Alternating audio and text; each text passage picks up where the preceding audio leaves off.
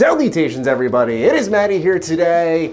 It's time for an impulsive purchase. The shirt tells the whole story of what kind of mood I'm in, and you know what? I'm in the basement, as you guys can tell, a little bit different audio quality, and I thought to myself, this one corner was looking mighty empty. Something just came out and I thought, all right, maybe I'll make an impulsive purchase and justify it with a video. Here we go. 2 hours later. Dear God, what have I done? I can't believe it. I'm an absolute madman. I actually bought this thing and built it. So I'm certainly no Mr. Beast, but I thought this would be a worthwhile purchase as a lifetime Ninja Turtles fan. I have played Turtles in Time probably more than most games in my entire life.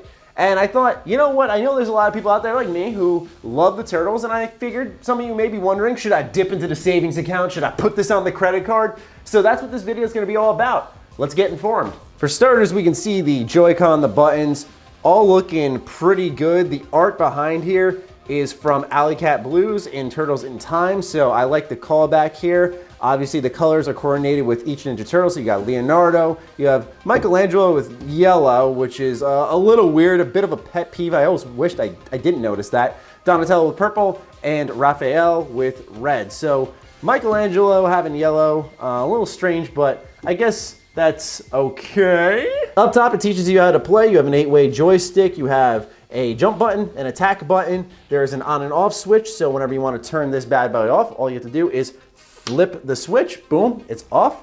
And then on top of that, you have just the volume button, which you can push this way or that way to turn it up or down, whichever you please. Another thing you'll notice on this angle here is you'll see a lot of residue, we'll call it. So the geniuses over at 1UP decided to put a legitimate octagonal sticker that had a stop sign on it right here on the screen. Now, fortunately, this is a cover in front of the actual LCD screen, but now we need to hit this bad boy with Goo Gone. You'll also see it here on the attack button. We have yet another bit of residue here. So they use legitimate stickers on this thing, legitimate stickers that will leave markings on this screen. So make sure you have Goo Gone to get rid of that. As for the actual cabinet itself, I couldn't really ask for anything better. I mean, this thing is a work of art. It also comes with down here its own custom Ninja Turtles razor. So this thing is a lot shorter than it actually normally is. But with this thing right here, it does bring it up about a good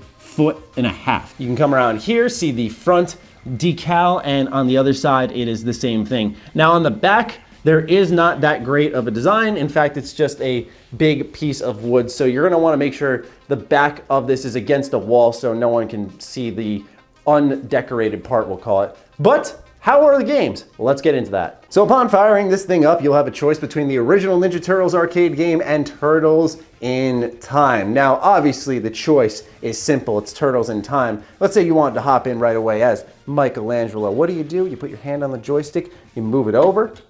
Wait, what? Hold on. It's not moving the selection. Well, that's because you got to start off with player 1. Leonardo is the designated player 1. If you see here, go left, right, left, right. So just keep that in mind. You can't, for example, be like me, Raphael being my favorite, and start off with him.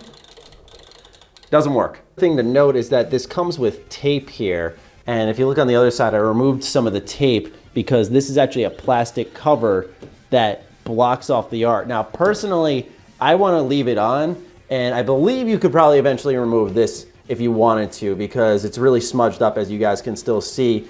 But I'm choosing to keep it on just because I want to keep the art and the cabinet as protected as possible. But just something you should keep in mind that maybe this little protector for the screen here can be removed. Like you can just take off this whole plastic layer and just have the LCD screen. But I'm choosing to Goo Gone it, remove all that just so that I can make sure that this is as protected as possible. Same thing with the art, can remove it right here if you'd like to. It feels like normal wood underneath, but I'm gonna leave the plastic just to keep, you know, smudges from getting here and just overall to protect it. When it comes to TMNT Turtles in Time, I gotta say I was a little surprised by the version they picked. For those who aren't aware, there are actually 3 versions of Turtles in Time. Number 1 is the one that we all referred to, Turtles in Time. Yeah, I know, shocker, right? And then there is Hyperstone Heist, which is the version on the Sega Genesis, which comes with a few changes. But then there was also another one that came out with TMNT 3 Mutant Nightmare, a PS2 game from Konami. One of the unlockables you could get inside April's Antique Shop was actually the TMNT Turtles in Time game, except they changed up the music and they even removed the Technodrome level. Now, I didn't expect this going into a $400 arcade cabinet, but that is the version they picked. Now, the good news is the music's there. There's some additional voice work there, but on top of that, the Technodrome level is missing. So it's almost like this is a rework of the original once more, and it's turned into its very own fourth version, which I find exciting, fascinating, but also a little confusing because a lot of people buying these cabinets are going to be expecting the originals. That's the idea. It's an arcade cabinet. It's a nostalgia-based product. They should be getting the exact replica of the older games. The good news is when I played the original TMNT arcade game, that seems relatively untouched. Nothing different there from what I played on the 360 and in the old days in the arcade and on the NES, what have you. This game looks and plays the same. Just know though that Turtles in Time, arguably what I'd say is the most popular TMNT game,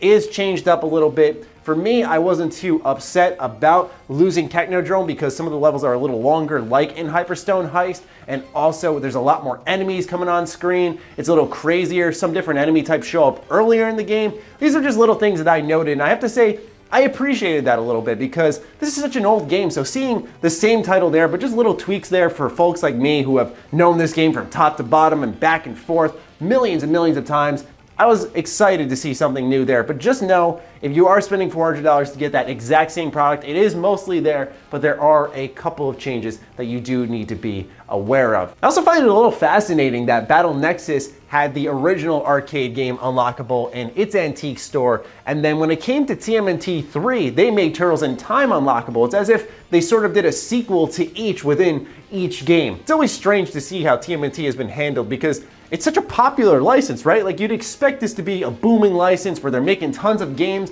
but we haven't seen an official game in a while, which is why I'm putting into the universe that Rocksteady is gonna be making a Ninja Turtles game. It's gotta happen. Little fun fact that you may or may not know about SNES's Turtles in Time is when you're on prehistoric Turtlesaurus and you're entering this little cave here. Of course, on the SNES version, nothing changes. This is the bare bones version. But when you're on the 360 and the version that you have in this arcade cabinet, the lighting changes. Is it a big deal? No, of course not. But honestly, I thought it was pretty cool and something that's noteworthy in a game that's so much a classic. You know, nothing has really changed, but this is considered substantial nowadays. Nah, but hold on, get this. Look at this copy of Battle Nexus, normal PS2 copy, right? I'm gonna crack this bad boy open. Look what they did to this disc.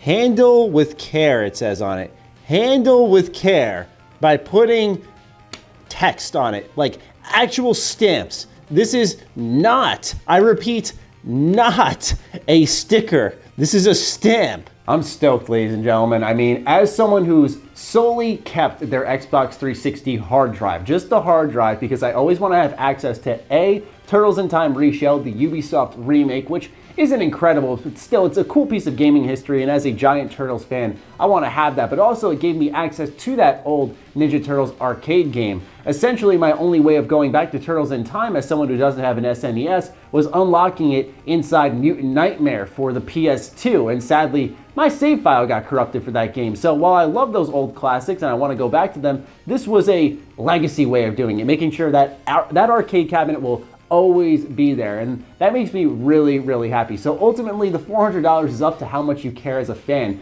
Do know that the reason the price is a little bit higher is because it comes with a razor. All the other arcade cabinets don't come with one from 1UP. This one is custom made for the Ninja Turtles, and so it does look better. It is a lot taller, but normally the razors are sold $50 separately. So essentially, this is a $350 arcade cabinet that's being sold for $400 because the razor is included. It is getting a bit of a hike because it is Ninja Turtles, and these are some of the most popular arcade games ever made, but still, stuff that you should consider. Ultimately, is it worth it? It really depends, man. It really depends how much money you've got to spend on the side. For me, I am very much tight with money. I make sure I manage it well. So for me, I was like, all right, I think I can afford one impulsive purchase this year. So this was it. And I've been really enjoying it. I just like that I'll always have those games there to go down and play. And I simply can't wait. I'm just gonna go back and beat it again probably because I've already beat it twice since I bought it in the last 12 hours. So let me know what you guys are thinking about the TMNT arcade cabinet. I thought this would be a fun, different idea for a video.